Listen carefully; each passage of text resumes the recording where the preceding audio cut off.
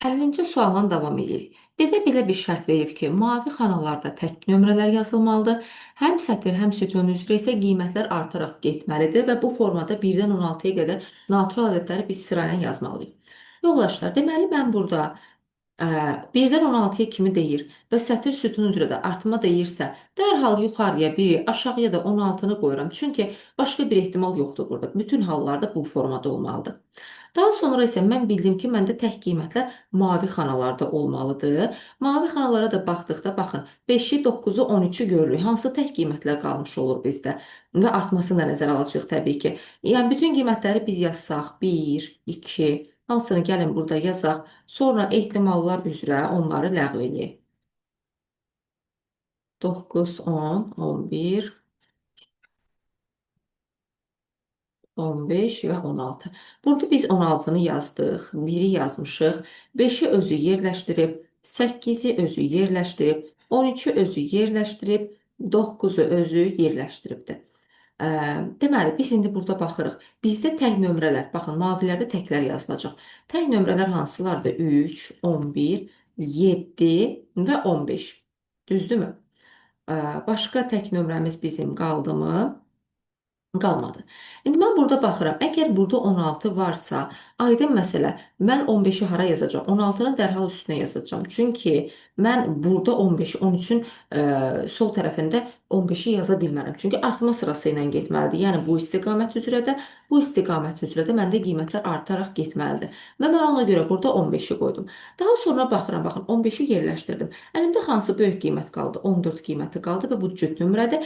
Mən bu 14-ü baxıram, harda yaza bilərəm? 14-ü yerləşdirə biləcəyim yer ya buradır, 13-ün sağı, ya baxıram ki, yerləşdirə bilərəm, xeyr. Bu zaman böyük kiçik şərti pozulur. Eyni şəkildə mavi xanada da yaza bilmərəm. Onda 14-də tək qiymət hara qalır? Bura qalır. Yəni mən bu sütun üzrə bu hissəni tamamladım.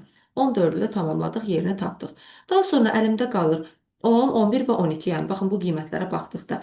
İndi mən bilirəm ki, mavidə hansını yazacağam? 11 yazacağam. Və 12 ilə 10 burada əlimdə qalmış olur. Mən 10 ilə 12-ni buralarda yaza bilmərəm. Mavi xanada yaza bilmərəm. Onda mən düşünürəm, onu gəlin bura yazaq, 12-ni bura yazaq və 11-i də bura yerləşdirək. Çünki digər ehtimalları biz düşündükdə görürük ki, şərt pozulur. Çünki burada mavilərdə ancaq təklər olmalıdır və artma, azalma sırasını da gözləməyə uyğun olaraq 10, 12, 11 bu formada 100% şəkildə yerləşməlidir. Biz bu aşağıdakı xanaların qiymətlərini doldurduq. Burayla işimiz bitdi. Mənə deyir ki, buna görə yuxarıdan ikinci sətirdə yazılacaq ədədi tapaq. Yuxarıdan ikinci sətirdə yazılacaq ədədlərin cəmi, yəni baxın bu sətrin cəmini bizdən soruşur. Yuxarıdan ikinci sətir. Buranı tapmalıyıq. İndi baxırıq ki, burada digər xanalarda başqa nələr yaza bilərik. Maviyə dedik nələri yazırıq? Tək nömrələri yazırıq. Tək nömrələrə baxdıqda əlimdə hansılar qalıb? 5 buradadır. Əlimdə nə qalıbdır? Burada baxıram 7 qalıbdır. 7-ni baxıram buramı yazaq, buramı yazaq. Bir də əlimdə 3 qalıbdır. Mən artmanı da gözləməklə gəlin 3-ü bura, 7-ni bura qoyaq. Hə, şərt pozulsa tərsini yazacaqdım. Düşündükdə mən burada 7-ni yazdıqda, 3-ü burada yazdıqda 5-dən sonra 3 gəlir, şərt pozulur. Ona görə hökmən 3-ü bura, 7-ni bura yazıram. Və 1-dən sonra da 2 gəlməlidir artma sırasına görə. Əlimdə qalır 4 ilə 6, 4-ü bura, 6-nı da bura yazıram. Yəni qiymətlər hökmən bu formada olur. Digər formalarda yoxladıqda zaten hardasa şərt pozulur. Ona görə biz yoxlaya-yoxlaya zaten buranın düz çıxdığını görürük. Və məndə bu sətr 2, 6, 7, 14 qiymətlərinin cəmini soruşur. Bu da bizə deməli 2 ilə 6-nı topladıq. 2, 6, 7, 14. 15, 29 qiymətini verir. Bu da B variantında ikisi olur. Bir dənədir. Deməli. 51-ci sualda isə mənə müəyyən bir şərt verir. Deyir, Salih dostlarına 3 dənə fərqli hədiyyə alır.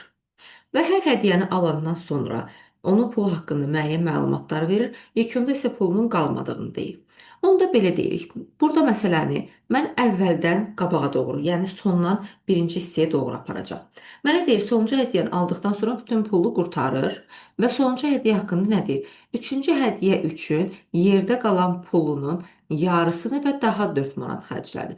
Yerdə qalan pulunu bilmirəm x. Bunun yarısı x bölək 2 və daha 4 manat. Yəni yerdə qalan pulun yarısı və əlavə 4 manat. Bunları xərclədikdən sonra onun 0 manat pulu qalmış olur. Və mən burada tənliyi həll edirəm. Tənliyi həll etdikdə isə tapıram ki, onun 8 manat pulu var imiş. Deməli, əvvəl onun ən sonuncu hədiyyəni alarkən onun 8 manatı var imiş. Bəs bundan əvvəl nə deyir? Deyir, ikinci hədiyyə üçün qalan pulunun yarısını və daha 3 manat xərcləyibdir. Qalan pulunun yarısı, yəni biz bayaq 8 manat tapdığımızı gördük. Həmin bu 8 manat deyir ki, pulun yarısını və daha 3 manat. Deməli, mən bu 8-in üzərinə deyilən proses nədirsə, bunun üzərinə 3 əlavə eləyib, vururam 2-yə və tapıram 22. Tapdım ki, bu 22 manata bərabər oldu. Deməli 22 manat onun əvvəlcə pulu var imiş. Yəni bu belə deyək, birinci hədiyyəni aldıqdan sonra ikinci hədiyyəni almazdan əvvəlkidir. Və ən sonuncuda isə mənə deyir ki, o birinci hədiyyə üçün o tüm pulunun yarısını və daha 2 manat xərclədi. Bütün pulunun yarısını və daha 2 manat deyirsə, onda mən həmin bu 22-ni də üstünə 2 əlavə eləyib, daha sonra 2-yə vururam və tapıram 48 manat. Və həmin bu 48 manatı da mən bölüb 2-yə, üstünə 2 gəlsəm, tapıram Salih birinci hədiyyə üçün nə qədər pul xərclədi? 26 manat. Yəni ümumilikdə onun ilkin olaraq 48 manat pulu var imiş. Həmin o 48 manat pulun birinci hədiyyə üçün baxın. Yəni əvvəldən yoxlasaq, 48 manatın yarısı və daha 2 manat deyil. Yarıya bölüb üstünə 2 gəlsək, tapırıq ki, o birinci hədiyyə üçün 26 manat pul xərclədi. Və cibində nə qədər pul qalmış oldu? 22 manat pulu qalmış oldu. Gerçəkdən də onda 22 manat olduğunu görürük. Daha sonra isə deyir ki, o ikinci hədiyyə üçün qalan pulunun yarısını və daha 3 manat xərclədi. Yəni mən 22-ni yarıya bölürəm 11 və üzərinə də 3 manat əlavə etdikdə onun 15 manat pul, düzmü dedik deməli, 22, 14 manat pulunu xərclədiyini görürük. Deməli, əvvəlcə pulu 48 manat idi. Birinci hədiyyə üçün o 26 manat pulunu xərclədi və qaldı 22 manat pulu. Və 22 manatdan ikinci üçün 14 manatını xərclədi. Baxın, ikinci üçün 14 manatını xərcləyir və yekunda üçüncü üçün nə qədər pulu qalmış olur? 8 manat pulu qalmış olur. Və 8 manatı da, yəni axırıncı yekun qalan pulunun yarısı və üzərinə 4 əlavə etdikdə o axırıncı hədiyyə üçün də 8 manatını xərcləyir və bitirmiş olur. Və biz buna uyğun prosesi daldan qabağa da getdik. Qabaqdan sona doğru da gəldikdə görürük ki, həqiqətən də məsələni düzgün həll eləmişik. Və o bizdən nəyi soruşur? Birinci hədiyyənin neçə manat olduğunu. Birinci hədiyyə üçün də nə dedi? Pulunun yarısının 2 manat əlavəsi, yəni 26 manat olduğunu tapdıq biz burada. 52-ci sualda isə deyir ki, daşları elə düzür ki, həm cəmləri, həm də onların hasili bir-birinə bərabər olsun və bu daşlardan neçə dənə 1 kiloqramlıq daşı istifadə edəcəyimizi soruşur. 2, 3, 4 və 6 kiloluq daşlara biz baxdıqda, biz nələri bir-birinə vursaq və toplasaq hansı qiymətlər bir-birinə bərabər olur? Yoxlayaq. 4 ilə 9-u bir-birinə vursam, verir mənə 36-nı. Həmçinin 2, 3 və 6-nı da mən bir-birinə vursam, o hasilin 36 olduğunu görürəm. Və eyni şəkildə indi mən baxıram cəmləri yoxlamağa. 4 ilə 9-u mən toplasam alıram 13. Əgər mən 2, 3 və 6-nı toplasam, verir mənə 11 qiymətini. Və burada mən 2-nin əksi olduğunu görürəm. Ona görə 2 dənə də birlik daş ala bilirim. Və həqiqətən də mən hasili yenə burada 2, 3, 6-nın üzərinə birləri də əlavə etsəm, hasil yenə 36 olur. Yəni hasili dəyişdirmir. Cəmi isə 2 dənə 1 kiloluq daşla mən hər iki tərəfdə 13-ə bərabər eləyirəm. Yəni bizdə buna görə 1 kiloluq daşların sayı ən az 2 dənə olmalıdır. Bu da C variantında əks olunur. 53-cü suala gələk. Deyir, Səid 2 eyni çubuğu var. O birinci çubuğun 15-də 7-sini mavi, ikinci çubuğun isə 5-də 1-ini yaşıl rəngə boyayır. Çubuqları boyanmış şəkildə aşağıda formada verilibdir. Daha sonra o iki çubuq arasındakı deməli arasındakı kimi bir-birinə paralel olaraq alt-alta qoyur. Çubuqlardan birinin uzunluğu neçə santimetrdir? Deməli, biz burada x-lərlə işləyirik, yəni müəyyən bir hissədir. O deyir ki, 2 eyni çubuq var. Çubuğun uzunluğunu x götürürəm. Birinci hissənin deyir ki, birinci çubuğun 15-də 7-sini boyuyur. Onda 15-də 7x-i mavi kimi götürürəm. Digər çubuğun isə 15-də 3-ünü boyadığını deyir. Demək 15-də 1, 5-də 1-ini, bu da 15-də 3-ə bərabərdir. Ortaq məxrəc formasında görürəm, götürürəm. 15-də 3-ün də x və üzərinə əlavə edirik. Deyir ki, daha sonra, baxın, burada 15 santlıq mən bir hissə görürəm. Bu da haranı ifadə edir bizim üçün? Yəni müəyyən, baxın, şəklin hardasa təxmini buradan bura və bura. Baxın, bu hissələr 15-li hissələrdir. Və bunun da üzərinə deyir 15-i əlavə etdikdə taxta çubuğun öz ölçüsünə bərabər olur. Bir-birinə paralel olaraq alt-alta qoyur və çubuqlardan birinin uzunluğu 2 sm olmuş olur. Baxın, burada çubuqların uzunluğu x-ə bərabər olmuş olur. Çünki deyir birinin 15-də 7-sini, o birinin 15-də 3-ünü x-lərlə biz ifadə elədik. O rəngləyir birinci çubuq və ikinci çubuq. Və təqribi olaraq baxın çubuqları belə qoyduqda da buradan bura qalan hissənin də 15 olduğunu görürük. Və biz bu hissələri toplayıb tənliyi həll etsək, baxırıq ki 15 bərabərdir x çıxaq 15-də 10x-ə. Və biz buradan x-i tənliyi axıra kimi həll etdikdə 45 olduğunu görürük. Mənə də nə deyir? Çubuqlardan birinin 2 sm olduğunu baxırıq ki, bu 45 sm bərabərdir. Və yaxud da elə variantla da yerinə qoyduqda həmin şərtin tamamilə doğru olduğunu biz görmüş oluruq.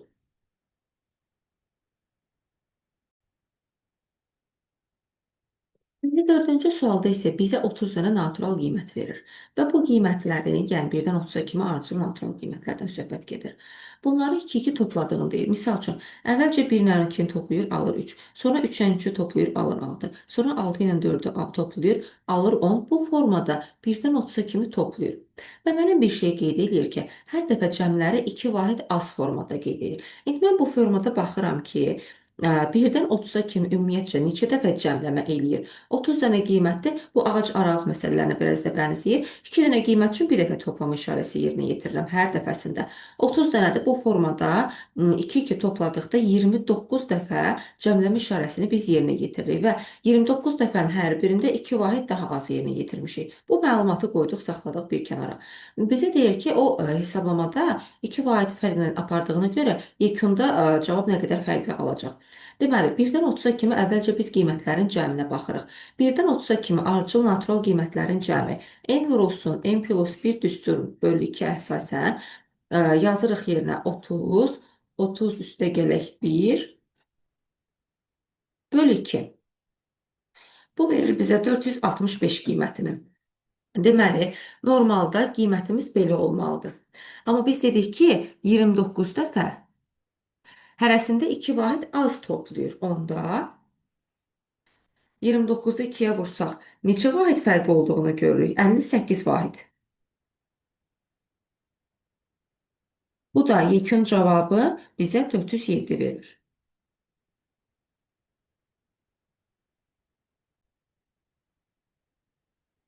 Əlli beşinci sualda isə 2, 3 və 4 nömrəli vaqonlar var. Deyir, bunlar arasında yer dəyişmə olur və cəmi 189 sərnişin var. Dediyi formada aparıram. Deyir, 3 nömrəli vaqondan 2 nömrəliyə 17 sərnişin. 3-dən 17 çıxıram, 2-yə 17 əlavə edirəm. Daha sonra isə 4 nömrəli vaqondan 3 nömrəliyə 20 sərnişin. 4-dən 20 çıxıram, 3-ə 20 əlavə edirəm. Və son vəziyyətdə vaqonlardakı sərnişinlərin sayı nömrələri ilə düz mütənasib olub. Buna görə 2K, 3K, 4K bərabər 189-a. K bərabər olur buradan 21-ə. Daha sonra biz indi baxırıq. Uyğun olaraq deyirsə, deməli 21-dir. Neçə sərnişin var idi deyir. K əgər 21-dirsə, 21-i 3-ə vursam, deməli yekun məxrəcdə 63 sərnişin olub. 63 sərnişin necə olubdu? 17 sərnişin gedib, 20 sərnişin gəldiyi təqdirdə. Onda dediklərini dala qaytarıram. 20 sərnişin çıxıb, 17 sərnişin əlavə edirəm. Demək ki, başlanğıcda 60 dənə sərnişin var imiş. 3 nömrəli vaqonda.